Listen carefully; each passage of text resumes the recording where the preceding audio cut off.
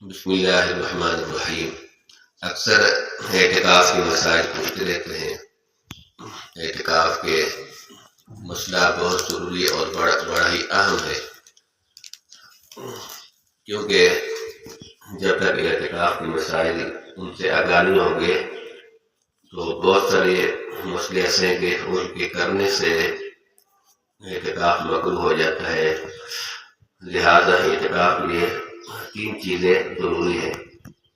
ایک تو مسجد جماعت، جس میں جماعت سے نماز پڑھی جاتی ہے، وہ مسجد۔ پھر اعتکاف کی نیت کے ساتھ ٹھہرنا۔ اگر کوئی بغیر ارادے کے، بغیر قصد کے آ کر ٹھہر جائے، اعتکاف کی نیت نہ کرے تو اس سے اعتکاف نہیں ہوتا۔ اور مسلمان کا ہونا، عاقل ہونا، یہ شرط ہے۔ عقل اور اسلام کا شرط ہونا یہ بھی ضمن نیت ہی کے ضمن میں آ جاتا ہے۔ اور عورت کے لیے حیض و نفاس سے خالی ہونا، پاک ہونا، جنابت سے پاک ہونا، یہ ضروری ہے۔ تو ایک مسئلہ یہ کہ سب سے افضل اعتکاف کون سا ہے، یہ بھی پوچھتے رہتے ہیں۔ تو سب سے افضل وہ اعتکاف ہے جو مسجد حرام یعنی کعبہ کے اندر ہو، مکہ مکرمہ کے اندر کیا جائے، کعبہ کے اندر۔ اس کے بعد مسجد نبوی کا اعتکاف افضل ہے۔ پھر اس کے بعد بیت المقدس کا اعتکاف افضل ہے۔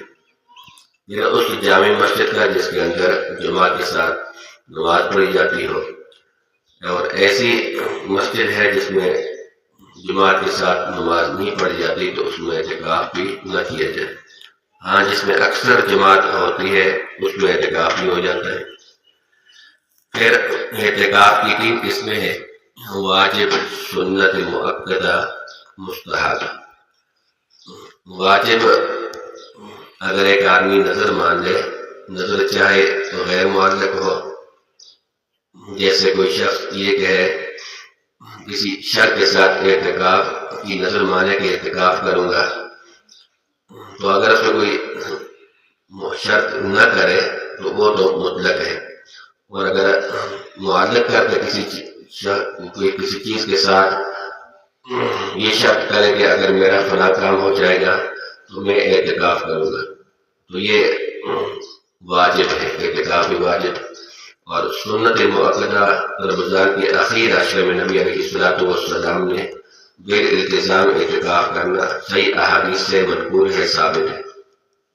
مگر یہ سنت مؤکدہ بعد کے کر لینے سے سب کے ذمے سے اتر جائے گا۔